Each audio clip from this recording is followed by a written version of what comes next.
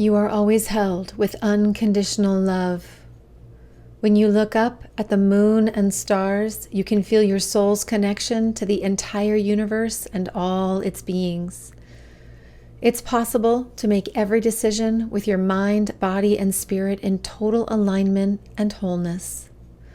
I'm Divinely Jennifer, translating astrology and health in ways you've never experienced before so that you can choose the path that is right for you. And this is the Juicy Astrology for Sunday, September 19th through Tuesday, September 28th, 2021. Welcome. Hello, beauties. Okay, I'm doing things a little differently today because in Virgo fashion, I had recorded at least half of the Juicy Astrology and I didn't like it at all. I was super stressed when I was recording it. And the energy of it was just like, what? And that is not the energy of this full moon that I want to portray to all of you. So with Mercury Retrograde coming up next Sunday, I figured that I would just instead take the time to re-record and leave something a little higher vibration for you all. My apologies for not putting out a Juicy Astrology video since the new moon in early September. My life has become a bit of a whirlwind since we published the episode of Divinely Inspired with Pam Gregory. I feel like Cinderella, and Pam is the fairy godmother, except that the ball doesn't end at midnight. When I wake up, I get to start it all over again, get to answer kindly written emails and give these astrology in health sessions for people. I am living my dream to be in service in this way. Y'all get to say you knew me when. And I am super determined, also more Virgo, to get this recording out to you before I head out of town for a full moon getaway on what's called the honeymoon, because this is when the harvest and the bees are at their fullest and sweetest. So here we are with a beautiful honeymoon. And it's going to take me a little ingenuity and creativity, Ceres and Gemini, to get this out to you. At any rate, what all of this really reminds me is that you are some of the loveliest people on the planet. People who are full of love and dreams and have a vision of the highest vibration world that is truly possible. And I am one of the most blessed and fortunate beings to have you all in my life. We are all fortunate to have each other in our lives. And it will do us all good, a lot of good, to remember this now. As the going in the 3D world is going to get really tough for a while, starting in October. But in the meantime, let's really explore this juicy, lovely full moon in September. Take advantage of this full moon to call in the energy that we want for the fall and the spring. Oh, and of course, the winter too. If you haven't listened to the episode of Divinely Inspired with Pam Gregory, I urge you to do so. I have it up here on my YouTube channel, Divinely Jennifer. You can find it there. Pam is such a being of light and love who raises all of our vibrations simply by being alive. A little bit of housekeeping. I also want you all to know that I'm going to start offering new moon webinars that will go into the very juicy details for the new moon of that particular lunar cycle. And you can also figure out and understand what part of your natal birth chart the new moon falls in, so you can set an intention around that. I'm super excited to be offering this to you all. And the very first one in October will be free. And I'll post it on YouTube and SoundCloud. And the reason I'm doing it for free is that I want you all to experience it. And I get to iron out all of those Mercury retrograde kinks just to get them all out of the way. And we can also get some feedback about what y'all liked and what you didn't like. And then we can really formulate something yummy and juicy for that November new moon.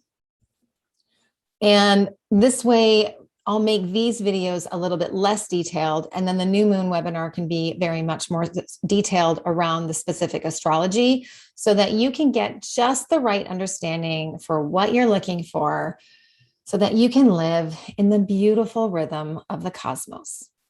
Please continue to leave your likes and comments on YouTube, SoundCloud, and my blog. I really do read and reply to every single one, and I take your feedback, both complimentary and constructive, to heart.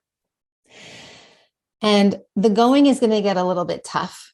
So your comments are a beautiful reminder of this incredible community of beautiful souls who are helping to create the new earth. And I really want you to know that by being a part of Divinely Jennifer and listening to these juicy astrology videos or wherever you find them on SoundCloud, they're going to go up on iTunes probably this winter, that we are community. And whenever you're feeling alone, please reach out to me. Please reach out to a friend, anybody within this community. Comment on my Instagram post, whatever feels really good for you, to know that you are in this lovely, incredible community of beautiful souls. You're never alone. I love you, and I am right here with you. As always, if you need some help navigating some of the chaos in the skies and in the world, or you're simply curious about how all this juicy astrology affects you personally, or in your relationships, or in your career, or in your life, please book a reading with me on my website, www.divinelyjennifer.com. For those of you in parts of the world that don't jive with the American dollar or California time zones, please email me with your requests, and I am generally very happy to accommodate. I'm not going to get up at 2 a.m. to do a reading for you, but I'm sure we can work something out time-wise. And so with no further ado, let's get to the juicy astrology for the rest of this week. It's so juicy. I'm going to go from the full moon through the Mercury retrograde, and it's pretty potent and wild. So fasten your seatbelts and let's go. As a reminder, all times listed are Pacific Daylight Time, so please adjust accordingly to your time zone. All right, loves. So for the sake of Virgo expediency, I'm not going to review the moon cycles for the moon placements, transits for each day. I'm just going to dive straight into the big stuff because I want to get this out to you. And I want you to know how amazing this full moon is, because I really do feel that it is the kindest, most loving, in some ways, I'm not going to say easy because it's not easy, full moon that we're going to have until the spring. So right now with this full moon, the sun is in Virgo and the moon is in Pisces.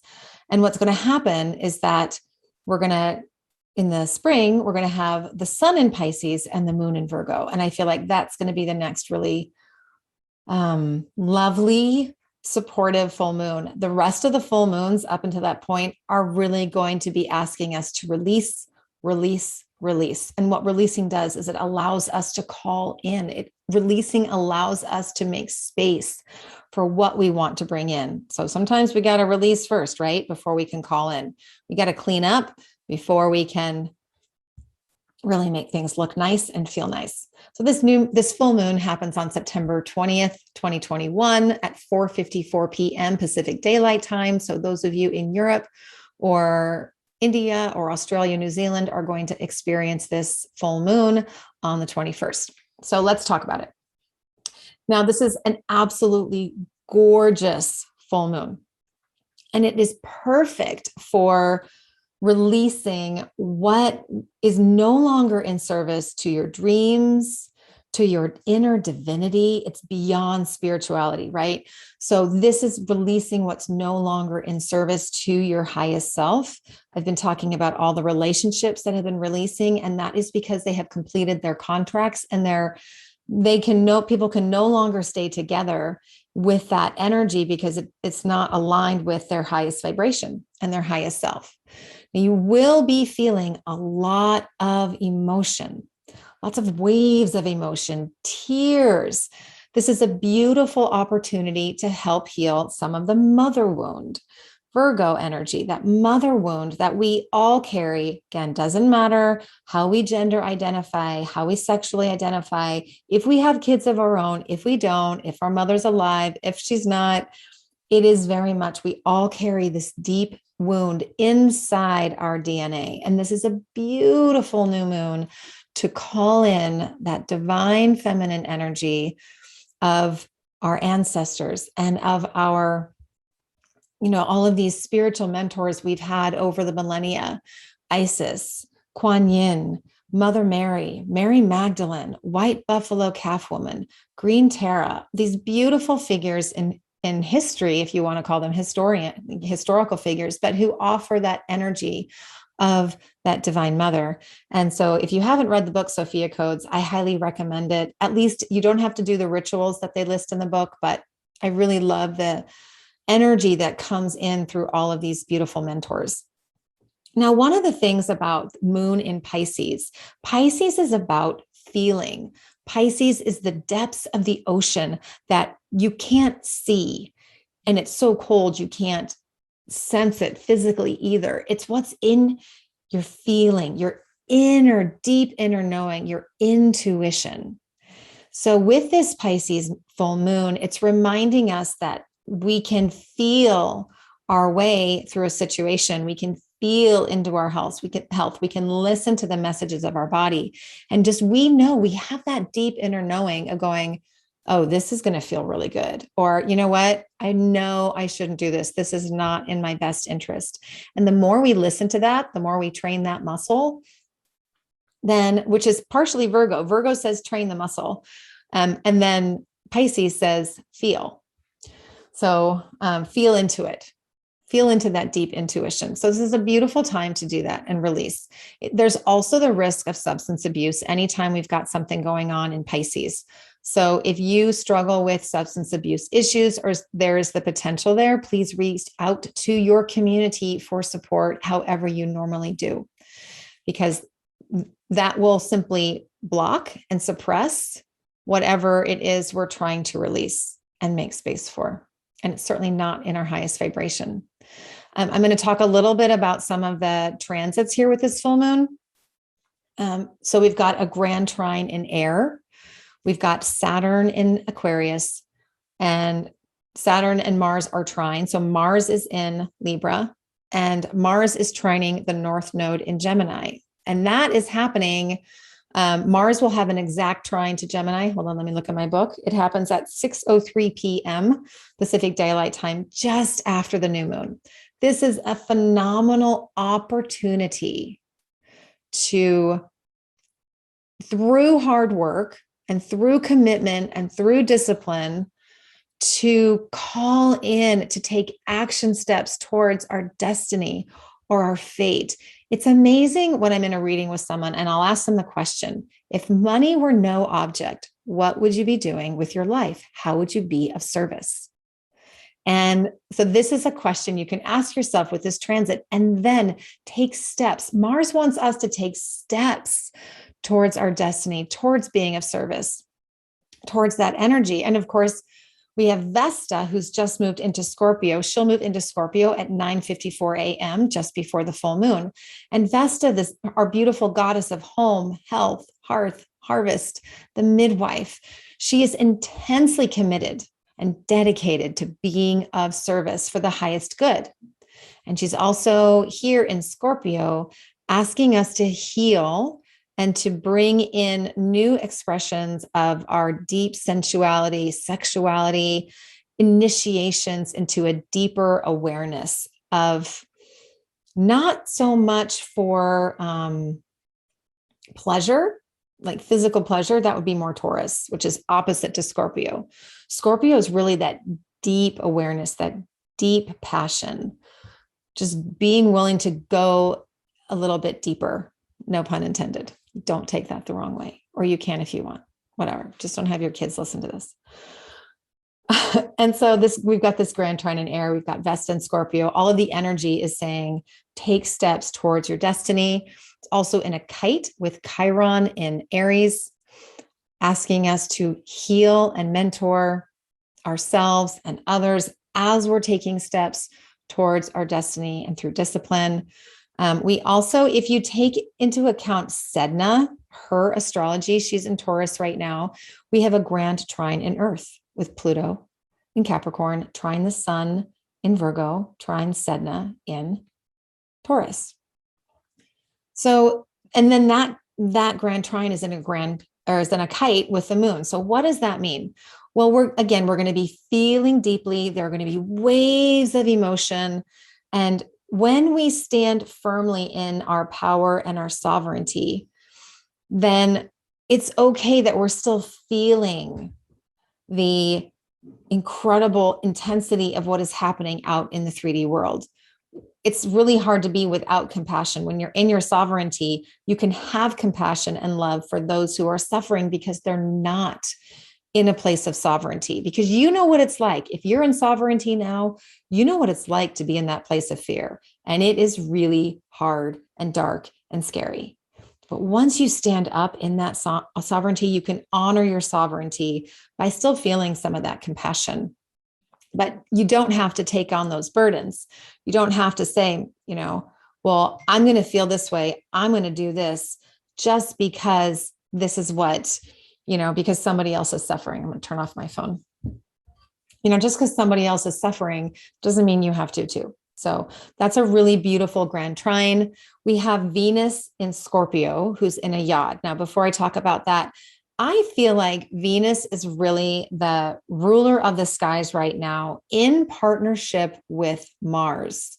So Mars is in Libra, and which Venus rules, and Libra is in Scorpio, and Mars is the traditional ruler of Scorpio. And so they are in what's called mutual reception. They're supporting each other. So if you're feeling that Marsy conflict, pushing yourself really hard, being a little bit impulsive, maybe not in a good way, I feel like Mars in Libra is about some of that conflict that is happening in the social world right now, in the collective, in those one-on-one relationships. I mean, there's nobody who's not impacted. There's not one family, I don't feel like, that hasn't been impacted by the duality and the polarity of our society right now. And that's that Mars energy. And then Venus, she's in Scorpio, she's going deep. And she is not necessarily happy in Scorpio because she's going so deep. She's so passionate, it almost makes her suffer. She's curious about death. She's really going to push things. And so we can call on Mars and Venus to support each other. But I really feel like Venus is the leader in the sky right now. Because Pluto is the modern ruler of Scorpio. Pluto is in Capricorn, who is answering to Saturn in Aquarius. So Saturn is also really involved in this too. And we've got Mars and Saturn in a trine, but then Uranus is the modern ruler of Aquarius, and Uranus is in Taurus, which is ruled by Venus. So Venus has a very large part to play. What does that mean? What that means is we are creating a new world based on love. This is the potential that exists right now. This is the new earth. It's based on love, and it's based on sovereignty. But it all goes back to love, right? We can choose fear or we can choose love. I'm choosing love. I don't know about you. So this is the energy. So you can always tap into Venus. Always ask Venus for help. Venus, I need a little love because I'm feeling Mars right now.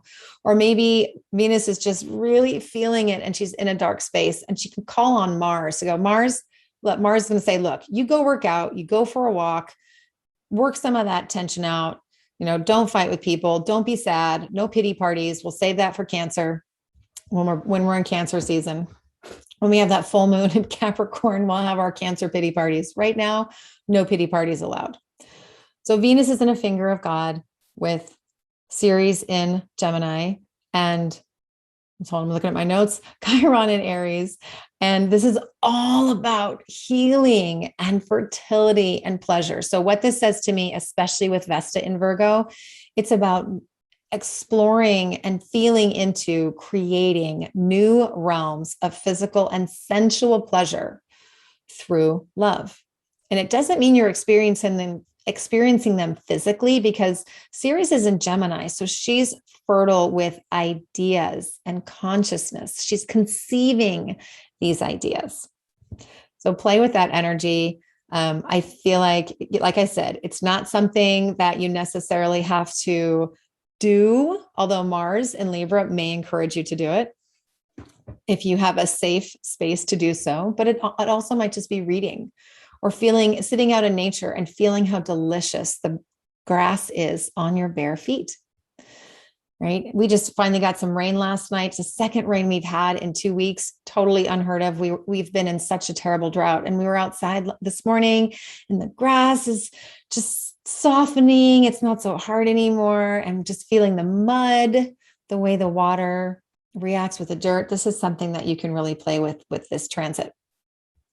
All right. And then there anything else just to throw in that Mercury, Pluto, and Eris T-square that will come exact on Wednesday. I'll talk about that briefly, but we're building into that energy. So while all of this love is happening in the sky, while we're calling in the divine feminine, there is that energy of Eris. I feel like Eris holds the codes of the wounded feminine. And she is here to make sure that the wounded feminine in all of us, again, doesn't matter your anatomy or how you identify, we all carry these codes of the wounded feminine. And she's here to put an end to it all. She's here to put an end. Even though she brings chaos, she wants to put an end to the chaos because she ultimately is also about love. It's all about love. I'm done. Mic drop. It's all about love. We're all done. Right. And Pluto also, highest vibration of Pluto is our sovereignty, especially Pluto and Capricorn. So our power over ourselves. We're beyond wealthy because of this love and sovereignty within ourselves. So Mercury is entering the fray of this T-square. So there are going to be a lot of words, a lot of harsh words. These are words of goading, button pushing. I tell you, nobody can push my buttons better than my 17-year-old son, Mars. He's such a Mars.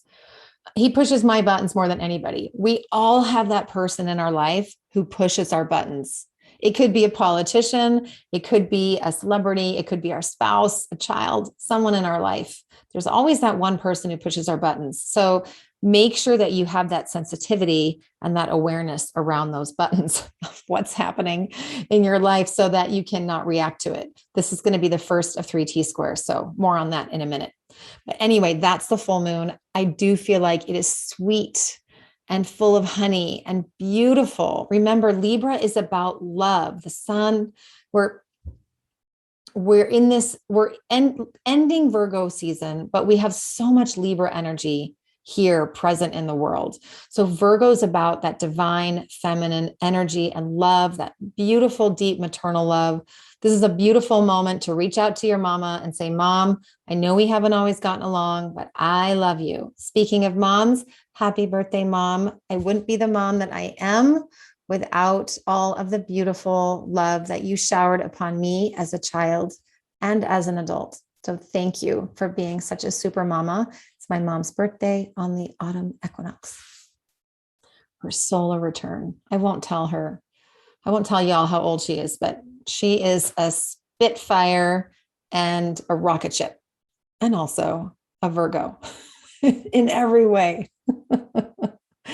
All right. So I'd love to hear back from you guys and kind of hear what you've experienced on this full moon. If you can navigate these emotions and call in so you can release these feminine wounds, I think we're really going to go, it's really going to prepare you for what's happening in the fall, which I'm going to talk about in just a second. All right. For the sake of time, I am going to skip straight ahead to the equinox on September 22nd at 12:21 p.m. This is a big day, September 22nd. And it's going to start with that Mercury, Pluto, Eris T-square that I mentioned with the full moon. Be mindful of what you say. Be mindful of what others are saying to you around the concepts of balance, peace, harmony, one-on-one relationships, justice, fairness. I expect there to be a lot of really crappy things said today. And it's almost like just before Mercury goes retrograde, you're going to feel it. You're going to go, wait, what did they just say? And then we're going to have the second T-square on October 1st. And then that's really going to be like, no frickin' way. And then the last T-square is on November 1st, November 2nd. And we'll have some resolution, I feel like, around what is said and fermenting and fomenting during this very potent time. So that's setting the stage for the equinox at 12:21 p.m. Pacific Daylight Time. And so that's going to be the 23rd. It'll be the spring equinox for those of you in Australia, New Zealand, and it'll be the fall equinox, the autumn equinox for those of us in the Northern Hemisphere. This autumn equinox sets the stage for the fall. Now, you can interpret the fall whatever way you want, but as we're creating this new language around the new earth, we're also going to start speaking in a new language. And we're going to be giving words new meaning. So I feel like this is the beginning of the fall. And October, I'm going to keep saying it. We're all going to keep saying it. October is going to be really hard. It's going to be challenging. And it's going to be a beautiful opportunity for us all to step up as love warriors, however that means for you. A lot of us aren't here as fighters. We're here as lovers. And that is how we step up. But there are some people who are meant to be the fighters, and God bless them. I am here sending them all lots of prayers and love. But I will not be out on the streets personally. There will be plenty of people out on the streets in October. So the sun is moving from Virgo into Libra. And the sun is in its fall in Libra. It doesn't like Libra because suddenly in the Northern Hemisphere, which is how traditional astrology was really developed, sorry, Southern Hemisphere, just the way it is. And I know there are astrologers who really focus on the Southern Hemisphere. But the days are shorter, right? So suddenly in the equinox, in the Northern Hemisphere, we go from longer days to longer nights. The sun is awake above the horizon less time than it is below the horizon. And so the plants are starting to die. I've already ripped out, people are already ripping out, the farmers are already pulling out some of the plants. They're done. They've gotten the very, very, very last harvest, the very last sweetest of the fruits, etc., in most of the Northern Hemisphere. So that's happening where the sun is slowly losing its power. We might have warm days still, but the nights are getting quite cool. And this is also a time where we start focusing, instead of on the hustle and bustle outside or in our daily lives, we're starting to focus on each other. We have more time to spend together because we're not necessarily outdoors quite as much. And so the sun is really feeling into this duality again, entering this Libra energy of harmony, peace, relationships, social justice, fairness. And of course, there is this duality around social justice right now, right? What is right for the common good and what is right for the common good? There's so much disagreement and polarity around that. So we're entering this autumnal season, this fall, with this energy of the Mercury T-square, but we've just had the full moon. So call in keep calling in that loving, divine, feminine energy. She's so beautiful and she's here for all of us. And as we're coming into this fall energy, I really entreat you to listen to the rhythms of your body. As it's getting dark earlier, go to bed earlier. You don't have to stay up on TikTok or social media or watching anything on TV until 11 o'clock at night, just because that's what you've done in the summer. Really listen and honor that desire for sleep, any desire for gentle movement. This is a beautiful time to do some yoga, some Tai Chi, slow things down a little. Now, Mars is in Libra and will be in Libra until the end of October. And he's going to start stirring up some stuff pretty soon. But right now, Mars is in that grand trine in air. We're going to be feeling it for weeks. It's beautiful and delightful. I love that grand trine in air energy as we're taking steps towards our destiny and our fate. So like I said, really take advantage of that energy. And that I'll be talking a lot more about, like I said, about October and that new moon webinar that I'm going to do at the beginning of October. We'll start feeling into that energy a lot more. But again, I'm going to say it again, tap into Venus, tap into the love, and that will keep helping all of this be a little bit easier. All of the uncertainty and instability that is going to be out in the 3D world Does not have to be here in your heart.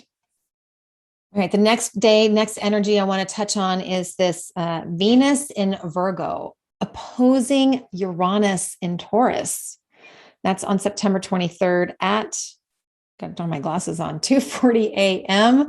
They're both at, okay, now I do need my glasses. Hang on, I can't read it. 14 degrees, 19 minutes of their respective signs. So what does this opposition mean? So Uranus is answering to Venus right now, like I said, and there is some polarity around innovation, maybe some breakthroughs. I feel like this is going to be really loving, positive energy to release. You might have a breakdown in order to have a breakthrough. And that in particular could be about a past relationship involved with someone who was a narcissist or had narcissistic tendencies.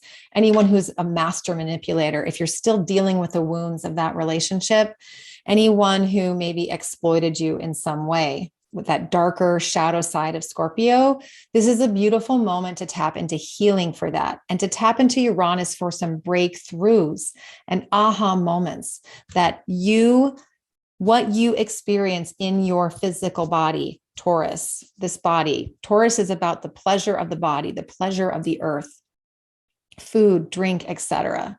So tap into what pleases you and don't settle for anything less than that ever. Okay. September 25th, another transit as we have that grand trine. We have Mars in Libra exactly trining Saturn in Aquarius, and that is at, standby, 2:50 p.m. Pacific Daylight Time. They're both at 7 degrees, 4 minutes of their signs. I love this. Now, Mars and Saturn are considered the two malefics in the sky. The shadow side of this energy is committing to using technology to harm people. And let's face it, there is that energy out there. And when Mars moves into Scorpio and squares Saturn in Aquarius, we're really going to feel that energy. But right now we have a trine, it's supportive. So let's tap into the highest frequency, the highest vibration of this transit, which to me is Mars taking action, being courageous, moving towards our goals, whatever we feel like, in the areas of the Libra energy, social justice, fairness, balance. Maybe your relationship, you really need to recommit to your one-on-one relationship. And if you're in an intimate partnership, so tap into that commitment, be disciplined. What do you want? If you're single, continue to take steps towards loving yourself so that you can call in someone else, your partner, your intimate partner. You can call in someone else who also vibrates at that very high level with you so that you can enter into a beautiful divine union with one another. So I feel like that's really, it's also a beautiful energy. If the full moon was about healing some of the mother wound, this is a beautiful energy to tap in, to take a moment to take action towards healing your father wound, if that exists, because that is part of the shadow side of Saturn. So take a moment, just to feel into that, take some steps towards committing to whatever it is, your destiny, your karma, and towards loving yourself and loving others. This is all about love, my friends. I'm just going to be like, have a love flashing on the screen. Love, love, love. Subliminal messages. It's all about love. All right. Finishing up, let's talk about this Mercury retrograde in Libra. So Mercury goes retrograde at 10:10 p.m. on the 26th of September. So that's pretty much for most of the world, except for the west coast of the North America and Hawaii, Alaska. This is all going to be September 27th for most of you. Mercury stations direct on October 18th and clears his shadow on November 2nd, just at the time of that last T-square with Pluto and Eris. Whew. Oh, and before we have this, we have the sun. Hold on. We have the sun trining the sun in Libra trining the North Node in Gemini. That happens at 12:03 a.m. Pacific Daylight Time. So that happens pretty much, it is on the 26th for most of us in the world, shining a light on that purpose. So Mars is saying, take action. And then when you take action on it, the sun shines its beautiful light and says, see, look at this. You are so meant to do this. Why are you working in that crappy job that you hate? Take off the golden handcuffs and step forward into something beautiful. Now, you might need to wait to take off those golden handcuffs, and that's okay. Totally okay. But if you're starting to think in your mind and feel in your mind, stepping into and shining a light on your purpose and who you are meant to be in this life, how you are most meant to be in service, not only to your soul, but in service to love and to the greater good. Beautiful transit. Pay attention to who you meet, conversations you have, experiences you have today. And then we have Mercury going retrograde in Libra. What does this Mercury in retrograde in Libra mean? So Mercury did go retrograde partially in Libra last year. Mercury is mostly retrograding through air signs right now. And of course, air signs are all about communication. So what is Mercury needing to go back and review, revise, revisit, rejuvenate? All these RE words that have to do with this Mercury retrograde. Mercury retrograde is not necessarily a time to just cower away in your home. I'm not doing anything. I'm not going out into the world. Although, admittedly, that's what that October is probably going to feel like. But this Mercury retrograde really allows us to slow down, and say, okay, let's look at all this ridiculous communication, this ridiculous messaging happening out in the world. All of the, well, for lack of a better word, untruths that are spoken out in the world, all of the ways we're manipulated. That's more Scorpio energy, but we do feel it. There's a lot of manipulation going on. I think that's more Neptune and Pisces, actually. The shadow side of Neptune and Pisces, where people are really being deluded, not diluted, but deluded. There's a lot of illusion out there. And Mercury is calling that in. Mercury is here in Libra, allowing us an opportunity to revisit the communications that we're putting out into the world, into our relationships. How do you communicate in your relationships? Your one-on-one relationships. You know, sometimes our relationships are the place where we let our shadows out because it feels safe to do so. But really, our relationships are where we should absolutely be focusing on the highest vibration of communication that we possibly can. On the other hand, I feel like this Mercury retrograde will set the stage for some of the shadow and light that are going to emerge in October, because this Mercury is in this T-square with Pluto and Eris, and then the sun and Mars are also going to be making it, while we also have a full moon in Aries while the sun is in Libra. And of course, that full moon will be conjunct to Eris, and it'll be one fat T-square. This is where we are being asked to really raise our vibration around communication. This is so instead of it raising our vibration around communication, use this Mercury retrograde to raise and review every communication you send out. You can still set boundaries with people and send communications that set boundaries and around your sovereignty, around who you are, with love. Make sure before you hit send or post anything like that, is this send with an intention of love? Am I communicating with an intention of love? Because Venus rules Libra. She is about love.